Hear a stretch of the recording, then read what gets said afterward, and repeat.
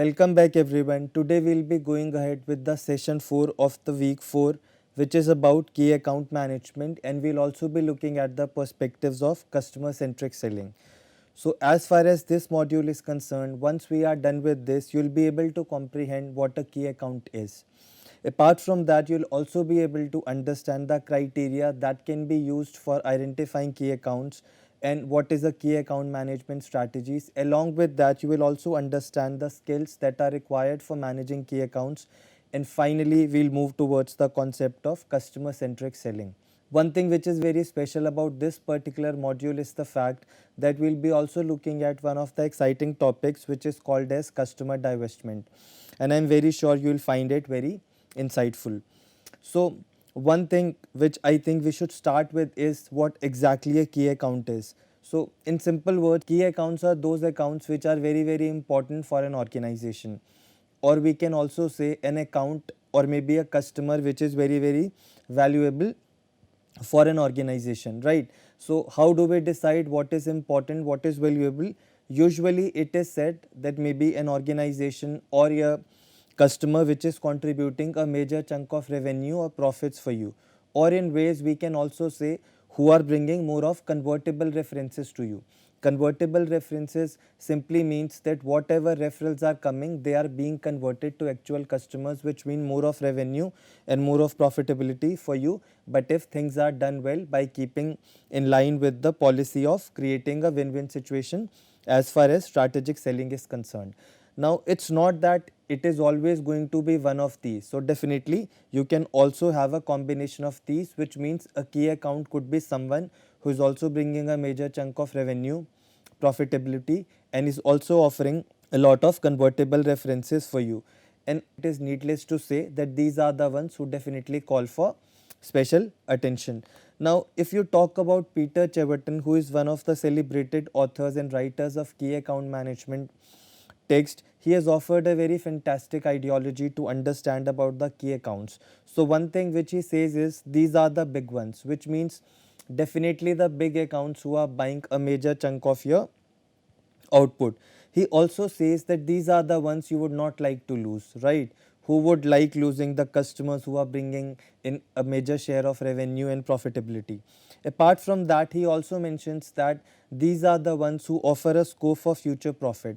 Now that's where we need to hold on. So one thing with respect to future profits, what can be indicated is the fact there could be a situation when in the present times or present scenario you might be investing more of your resources and profitability could be a future idea. In that case also you can consider it as a key account, but one condition which should pre-exist is that in future it should bring in profits, or you should be able to reap a lot of profits from this particular prospective key account. Apart from that, the scholar also mentions that where extra efforts bring in extra profits, which means if you are giving them a special attention and you are investing more of resources on them, it is definitely going to bring in a major pie of the profits. Or maybe we can say, apart from the benefits, the scholar also mentions that these are definitely the ones who are demanding more from you, which simply indicates that you can't treat them like normal accounts. You will be definitely investing specialized resources in them. You might also build a specialized team who will be only taking care of the key accounts, because if there is a trouble, you would never want a key account to wait for a longer time. And one of the best facets is these are the ones that will take your business where you want it to go, because again this comes from this particular understanding that they'll bring in more of resources for your growth, they'll bring in more of referrals, which will again give a push to resources coming in which can be utilized for further expansion. So I'm sure you'll also agree the fact that the classification or the explanation which has been given by Peter Cheverton is definitely very fascinating when it comes to the key accounts. Now, as we talked about, we always consider key accounts to be valuable, important, but don't you think that this term is very subjective, because you might have a different meaning for valuable, I might have a different meaning for what is important or valuable, or you might have an organization which might classify or define what is important and valuable for them in different terms as compared to another organization. So we'll be definitely happy to hear your views on this on forum. but I'll definitely take this discussion forward. So when we talk about defining valuable customers or what can be considered as important, these are the criteria that can be used, which means you might say, I am willing to consider this as my key account by considering these parameters. So one could be portion of revenue, which means they are definitely bringing in a major portion of revenue for your organization. Or in other words, we can say the levels of profitability are very, very high. Maybe you can understand this in this context. Let's say there are two organizations, A and B, both of which are your customers, and you are supplying a ingredient to them which they are using in their manufacturing processes. So from A organization, the profits that are generated are mostly 50% is your profitability, whereas with respect to an organization B, it only turns out to be 20%. So this clearly indicates that you can consider an organization A as your key account. Apart from that, another important criteria or mechanism which can be used for defining valuable customers is customer lifetime value. And trust me, this is a very, very important concept as far as present marketing dynamics and sales dynamics are concerned. Now, what we mean by customer lifetime value? Customer lifetime value simply indicates the average returns that you expect from a customer with respect to the lifetime that they'll be associated with you, or during the lifetime of an organization for which it might exist, or I think in more of rationalistic way we can say lifetime could be the time during which they'll be associated with you or they'll be having transactions with you in terms of business. Now the point again which I would like to highlight here is the fact there could be a situation in which the organization which you might consider as a key account is kind of squeezing more of your resources, or you might not consider it profitable in the present moment. But even if in future there is a very, very high probability that it is going to be profitable on the basis of customer lifetime value, then you can definitely assign it the status of a key account. Now another factor or criteria which can be used is association benefits. Now what do we mean by association benefits? Let's say if there is a new player in the organization which wants to sell any raw material, or maybe let's say they are more interested in selling any produce to different organizations. Now one of their buyers tends to be Reliance. So you will realize that they will always be using this association with respect to striking better deals or more of business with other prospective customers. That's how association benefits are. If you get associated with a bigger player who is very influential, or who is known for quality, or maybe let's say who have a very strong standing in the market, so you can also capitalize by using their name for bringing in more of business for your organization. Apart from that, the other criteria which can be used is definitely convertible referrals. See, I already given you a perspective about this. By convertible referrals will simply mean whatever suggestions or qualified leads are coming your way, they have a very high percentage or probability of being converted to customers, which means the returns are definitely going to be actual, not, I would say, just in thoughts, right? So that's what convertible referrals are. Apart from that, the last criteria which you can use is alignment. Now the alignment can be with respect to product, which means the product may complement each other. In that case also, there is a very high probability that long term associations could be fruitful. Or the alignment can also be with respect to culture, because if there are two organizations which are not aligned with respect to, let's say, their production performance or quality culture, things may not work out for longer terms. So I hope you are clear with the idea how we can, derive meaning of valuable or important in a variety of parameters.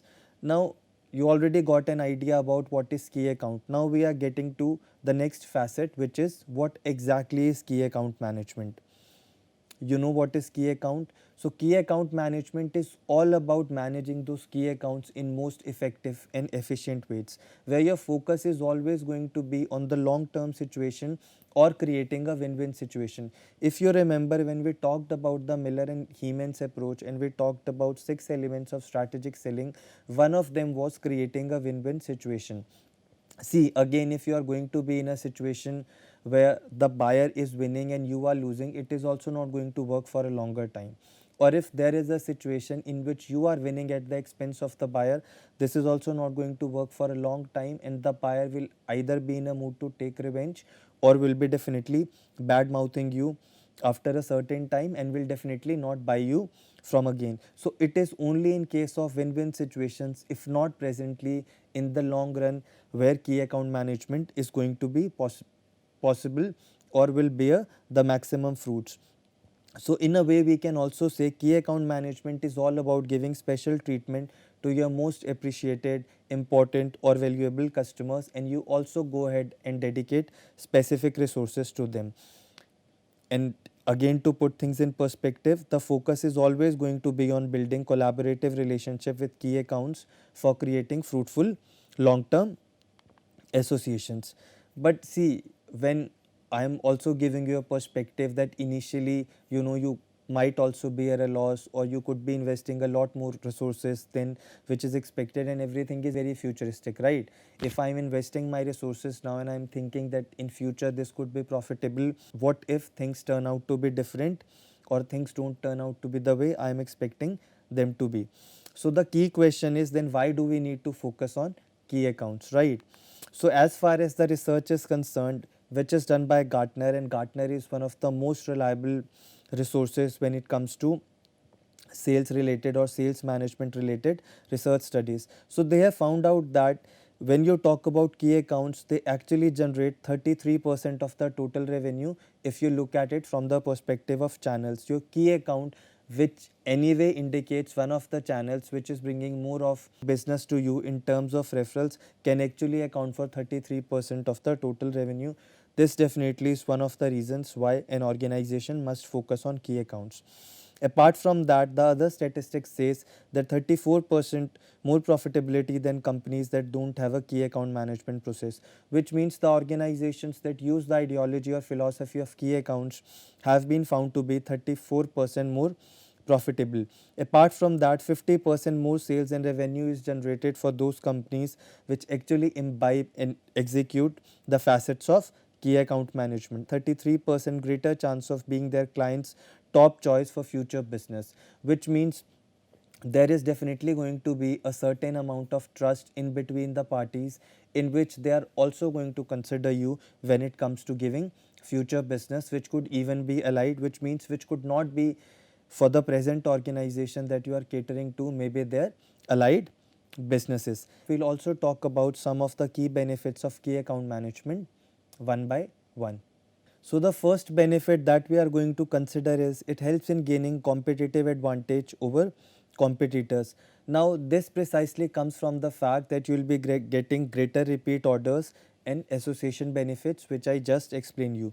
Now when we talk about competitive advantage and greater repeat orders, what we are trying to say is the fact that you are always going to be on their preference list for giving more of orders. Now again, this can be linked to the existing businesses or can also be linked to the allied businesses.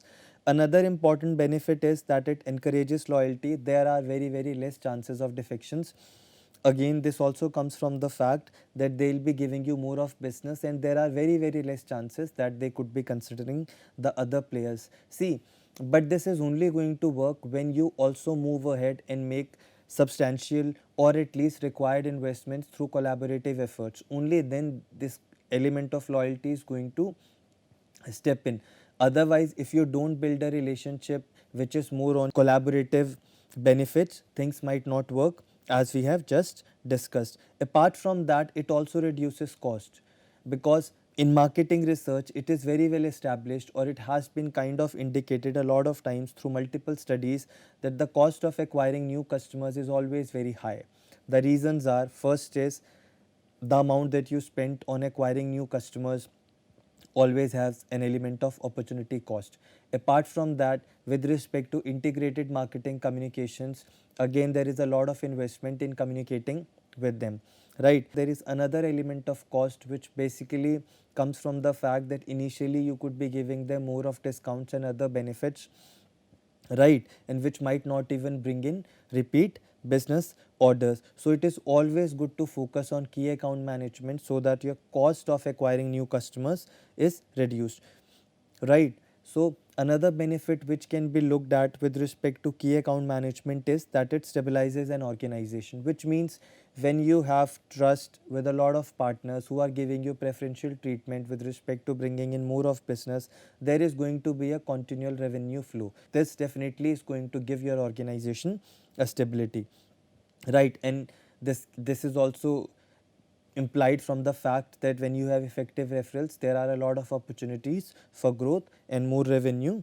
also comes your way, right? Apart from that, the another benefit which we can talk about is credibility and trust, which means secure relationships. See, again, this is coming from the fact when you have made at least the substantial or required investment to work on the principles of collaborative associations, right? And when you try to understand the business functions and processes of your partners who could be key accounts, and then you go ahead and make investments, this is definitely going to bring an element of security. It is also going to foster a positive word of mouth, which will eventually enhance your positive image.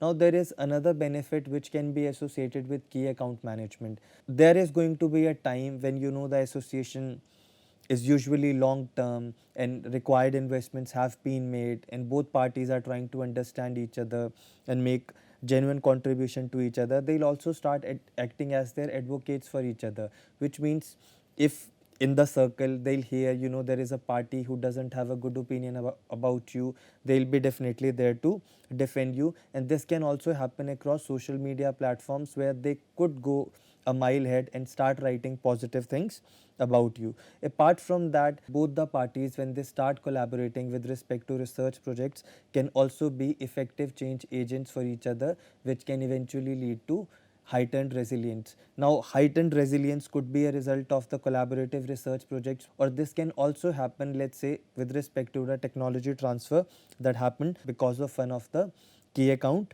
partners. Right. So if you look at all these benefits, I am very sure you will have ample reasons to understand why key account management is important for an organization.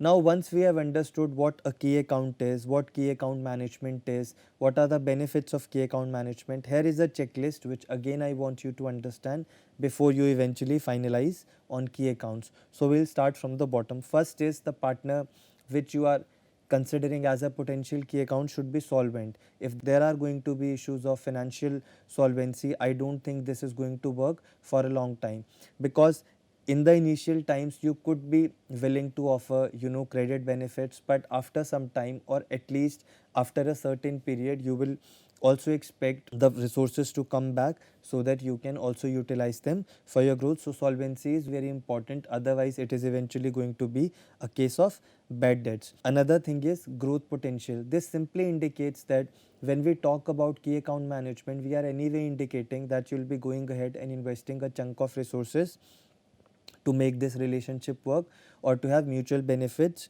or maybe to create a win-win situation in long term. So there has to be some growth potential, right? If the organization becomes very unstable and is not able to survive, anyway your resources are going to be waste. Apart from that, the another checklist is definitely going to be about revenue and profit potential. Needless to say, if it is not going to be a win-win situation, I don't think this is going to make any sense to go ahead and make investment of resources in that particular partner. There has to be cultural alignment as well. Now this can be related to how organization functions or how their processes are aligned. You also need to see what is the possibility of becoming a key partner. Now again, this is aligned with the fact that you will see how long in future that you will be able to walk hand in hand, because one of the principles of key account management or checklisting a key account is the fact that there should be a very high probability of long term associations, and the element of key partner simply indicates that there is a possibility that both organizations will be contributing to each other for mutual growth and benefits. You also need to check for the product fit and continuity in operations, which means you also need to see whether your product, whatever you are manufacturing, is going to be a long term requirement for that particular organization or not. So these are a few facets that can definitely be used as a key account checklist. Now this course is definitely about strategic selling, and we have talked at length about it, about its principles, you know, and also about the facets of strategic selling from the light of Miller's and Heeman's approach. But you might encounter this question, or you might think, how is key account management different from selling, right? One thing which I would like to put in perspective is key account management can be considered as a very, very important facet or a part of strategic sales management. So this snapshot actually presents a lot of perspectives on what key account management is not, and if we want to connect it with what we were just discussing now, we'll also see how this is different from selling. So the first facet is key account management is definitely not a short run sales drive. This clearly establishes the fact that key account management cannot be used like a sales promotion technique, which means it cannot be used as an inducement to bring in more of sales at a particular point of time and then you can just forget about it. It is not going to work like that. It will always have a long term orientation because you are focusing on creating long term collaborative relationships with the ones that you consider as your key accounts.